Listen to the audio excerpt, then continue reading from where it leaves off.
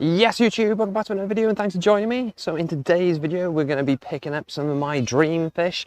I seen them in the store yesterday, I had to buy them and we're going to collect them today. So that's something you're interested in, and make sure you don't go anywhere because that's all coming up right after this.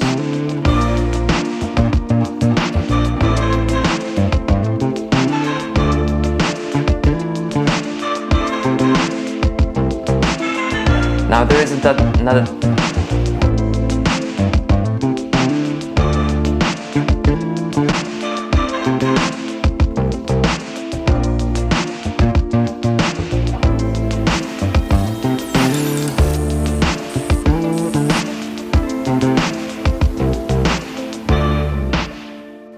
So I don't know what it's like with everybody, but here in the UK it is absolutely boiling. It is 30 degrees.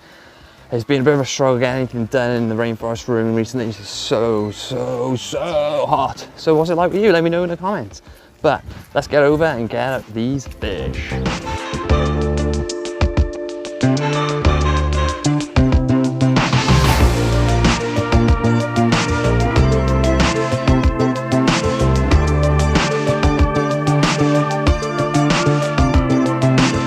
Hey, alright mate? How you doing?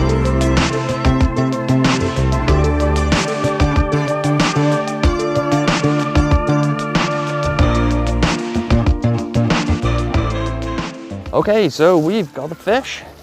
So we need to go back to the Rainforest room now, get them temperature acclimated. I'm going to be adding them into the 20 gallon and I'll let you know a little bit more about these fish, some of the plans and an update on the tank, so don't go anywhere.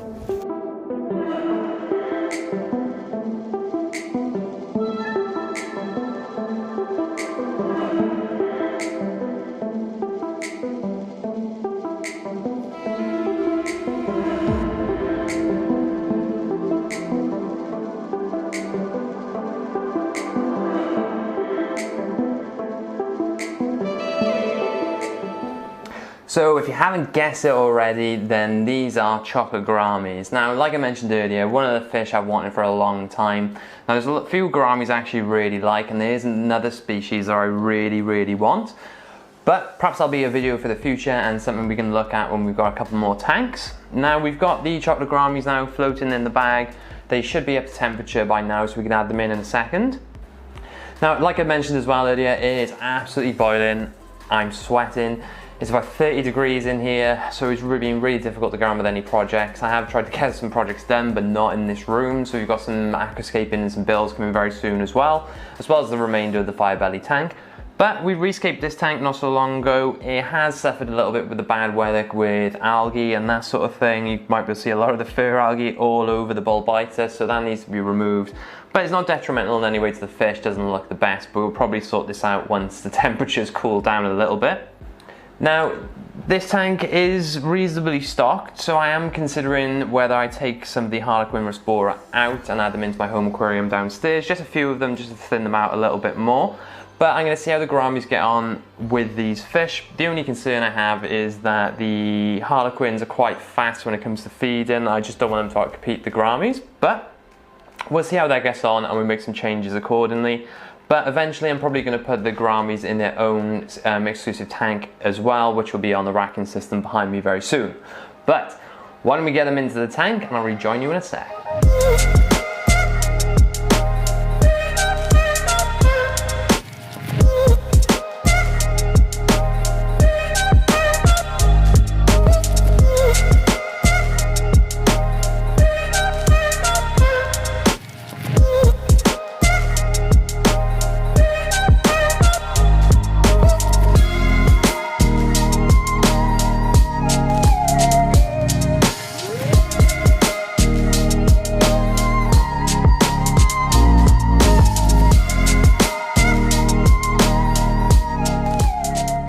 So we've got the fish in the tank, and like I mentioned earlier, these are chocolate gouramis, or their scientific name, Sphalopus osphromoides. Oh God, I probably butchered that name, but I'll put it up here so you can check it out anyway.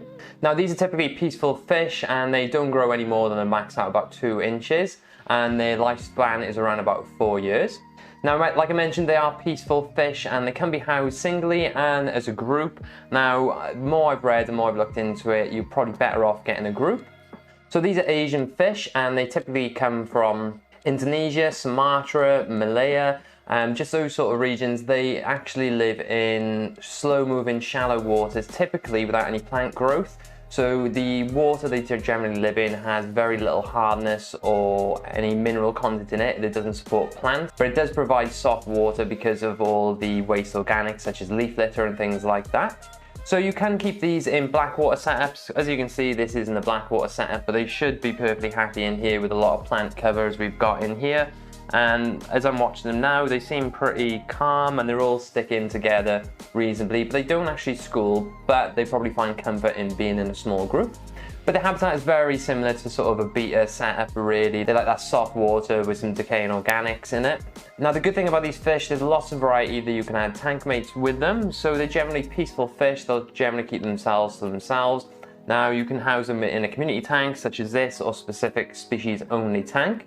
Now, if you are going to add tank mates with them, just be mindful that they don't get outcompeted for food because they are slow swimming fish and they do have very small mouths. So the chances are they'll wait for the food to break up slightly before they take any. So it's worth keeping an eye on that. And I'm going to be doing the same. And like I mentioned earlier, we'll see whether we need to make any changes to the stocking depending on how they get on. Now on the topic of food, they are micro predators, so in the wild they would typically predate small crustaceans, insects, anything like that. So they are predominantly meat-eating fish. Now a lot of the research you'll see online will typically tell you that they won't take flake or pellet, but there are a lot more cases these days where you may have to get live food or frozen food initially and then try and get them onto pellet, but I've seen plenty of people have success with that. And I know that sometimes can put people off about getting these fish, but they are amazing. First time I've ever owned them, I might have these issues, but as always, I'll keep you updated with their progress. So the best form of food really is same with most other fish, is variety is key. So I'll be feeding these a combination of flake, pellet, live and frozen food, just try and keep them as healthy as possible and mimic their natural diet. Now I'm not going to be looking to breed these fish at the moment just because they're in a community tank. That's not to say that that might change when we actually potentially get them a tank of their own. So I'm thinking about getting them a 90 or 60p aquarium to go on the rack and just to make a highlight of these fish because it's something I've always wanted.